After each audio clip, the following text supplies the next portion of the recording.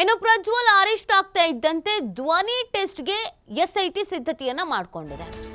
Pen drive ನ ಪುರುಷ ಧ್ವನಿಯನ್ನ ಖಚಿತಪಡಿಸಿಕೊಳ್ಳೋದಕ್ಕೆ ಯತ್ನವನ್ನ ಮಾಡ್ತಾ ಇದೆ ಎಸ್ಐಟಿ. ಟೆಕ್ನಿಕಲ್ ಎವಿಡೆನ್ಸ್ ಬಹಳ ಮುಖ್ಯ ಆಗುತ್ತೆ ಇಂಥ ಪ್ರಕರಣಗಳಲ್ಲಿ. ಸೊ ಆ ಕಾರಣಕ್ಕಾಗಿ ಆ ಹೆಜ್ಜೆಯನ್ನ ಎಸ್ಐಟಿ ಇಟ್ಟಿದೆ. ಧ್ವನಿ ಸಾಬೀತಾದ್ರೆ ಅತ್ಯಾಚಾರ ಕೇಸ್ಗೆ ಮಹತ್ವದ ಸಾಕ್ಷಿ ಸಿಗುತ್ತೆ, ಮೇನ್ ಲೀಡ್ ಸಿಗುತ್ತೆ. ಪೆನ್ ಡ್ರೈವ್ ನ ಆಡಿಯೋಗೆ ಹೋಲಿಕೆ ಮಾಡೋಕೆ ನಿರ್ಧಾರವನ್ನ ಮಾಡಲಾಗಿದೆ. ಪುರುಷ ಧ್ವನಿ ಸಾಬೀತಾದ್ರೆ ವೈದ್ಯಕೀಯ ಸಾಕ್ಷಿ ಲಭ್ಯ ಆದಂಗಾಗುತ್ತೆ. ಹಾಗಾಗಿ ಆರೋಪಿ ಪ್ರಜ್ವಲ್ ರೇವಣ್ಣ ಧ್ವನಿ ಪರೀಕ್ಷೆ ಇಲ್ಲಿ ಬಹಳ ಇಂಪಾರ್ಟೆಂಟ್ ಆಗುತ್ತೆ. ಪೆನ್ ಡ್ರೈವ್ಗಳಲ್ಲಿ ಇದ್ದಂತ ಅಶ್ಲೀಲ ವಿಡಿಯೋಗಳಲ್ಲಿ ಪುರುಷ ಧ್ವನಿ ಪತ್ತೆ ಆಗಿದೆ. ಕೆಲವು ಸಂತ್ರಸ್ತರ ಜೊತೆ ವ್ಯಕ್ತಿ ಮಾತುಕತೆ ನಡೆಸಿರುವಂತ ಸಂಭಾಷಣೆಗಳು ಇದೆ. ಹಾಗಾಗಿ ಆ ಪುರುಷ ಧ್ವನಿಗೋ ಪ್ರಜ್ವಲ್ ಧ್ವನಿಗೋ ಹೋಲಿಕೆ ಮಾಡುವುದಕ್ಕೆ ಸಿದ್ಧತೆಯನ್ನ ಮಾಡಿಕೊಳ್ಳಲಾಗಿದೆ.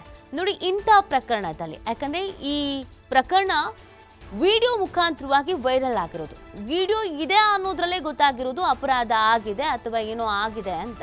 ಸೊ ಹೀಗಿರ್ಬೇಕಾದ್ರೆ ಇಲ್ಲಿ ಟೆಕ್ನಿಕಲ್ ಎವಿಡೆನ್ಸ್ ಬಹಳ ಮುಖ್ಯ ಆಗುತ್ತೆ. ಒಂದು, ಬಳಿ ಇದ್ದಂಥ ಮೊಬೈಲನ್ನು ವಶಕ್ಕೆ ಪಡ್ಕೊಳ್ಳೋದು, ಯಾವ ಮೊಬೈಲಲ್ಲಿ ವಿಡಿಯೋವನ್ನು ಮಾಡಲಾಗಿದೆಯೋ ಆ ಮೊಬೈಲನ್ನು ವಶಕ್ಕೆ ಪಡ್ಕೊಳ್ಳೋದು. ಆ ಮೊಬೈಲೇ ಬೇಕು. ಸಾಫ್ಟ್ ಕಾಪಿ ಅಥವಾ ಇನ್ನೇನೋ ಫಾರ್ವರ್ಡ್ ಮಾಡಿದ್ದೀವಿ ಅದು ಇದು ಎಲ್ಲ ಆಗಲ್ಲ. ಪೆನ್ ಡ್ರೈವಲ್ಲಿ ಇತ್ತು, ಮೆಮೊರಿ ಕಾರ್ಡಲ್ಲಿ ಇತ್ತು, ಡಂಪ್ ಮಾಡಿಕೊಂಡೆ, ಇದು ಯಾವುದೂ ಕೂಡ ಆಗಲ್ಲ. ಸೊ ಮೇನ್ ಆಗಿ ಆ ಮೊಬೈಲ್ ಬೇಕಾಗತ್ತೆ. ಇಷ್ಟು ದಿನ ಈತ ನಾಪತ್ತೆ ಆಗಿದ್ರಿಂದ ಆ ಮೊಬೈಲ್ ಇದೆಯಾ ಅನ್ನೋದು ಸಹಜವಾಗಿ ಸಾರ್ವಜನಿಕರಿಗೂ ಕೂಡ ಪ್ರಶ್ನೆ ಮಾಡುತ್ತೆ. ಒಂದು ತಿಂಗಳಲ್ಲಿ ಆ ಮೊಬೈಲ್ನ ಏನು ಬೇಕಾದರೂ ಮಾಡಿರ್ಬೋದು. ಹೀಗಿರಬೇಕಾದ್ರೆ ಇನ್ನೂ ಒಂದು ಆ್ಯಂಗಲ್ ಇದೆ. ಅದೇನು ಅಂದರೆ, ಕೆಲವು ವಿಡಿಯೋದಲ್ಲಿ ಪುರುಷ ಧ್ವನಿ ಇದೆ, ಆ ಸಂತ್ರಸ್ತೆ ಮಹಿಳೆಯರ ಜೊತೆಗೆ ಮಾತನಾಡಿರುವಂಥ ಆಡಿಯೋ ಇದೆ. ಸೊ ಆ ಆಡಿಯೋದ ಧ್ವನಿ ಇದೆಯಲ್ಲ, ಅದು ಈತನದ್ದೇನಾ ಅಂತ ಟೆಸ್ಟನ್ನು ಮಾಡಲಿಕ್ಕೆ ಒಳಪಡಿಸುವಂಥದ್ದು. ಅದು ಕೂಡ ಈಗೆಲ್ಲ ಇದೆ. ಟೆಕ್ನಿಕಲಿ ನಾವು ಎಷ್ಟು ಇಂಪ್ರೂವ್ ಆಗಿದ್ದೀವಿ ಅನ್ನೋದು ಎಲ್ರಿಗೂ ಗೊತ್ತಾಗ್ತದೆ. ಇಂಥ ಹಗರಣಗಳು ಬಂದಾಗಲೇ ನಿಮಗೆ ಗೊತ್ತಾಗಿರುತ್ತೆ. ಸೊ ಯಾವ ರೀತಿಯಾಗಿ ನಾವು ಟೆಕ್ನಾಲಜಿಯನ್ನು ಬಳಸ್ಕೊಳ್ತಾ ಇದ್ದೀವಿ ಅಂತ.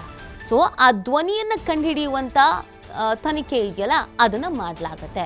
ಒಂದು ವೇಳೆ ಆ ಧ್ವನಿ ಹೌದು ಇದು ಪ್ರಜ್ವಲ್ದೇ ಅಂತ ಸಾಬೀತಾದರೆ ಅಲ್ಲಿಗೆ ಒಂದು ಮೇನ್ ಸಾಕ್ಷಿ ಸಿಗುತ್ತೆ. ಪ್ರಜ್ವಲ್ಗೆ ಸಂಕಷ್ಟ ಮತ್ತಷ್ಟು ಕಟ್ಟಿಟ್ಟ ಬುತ್ತಿ ಆಗುತ್ತೆ.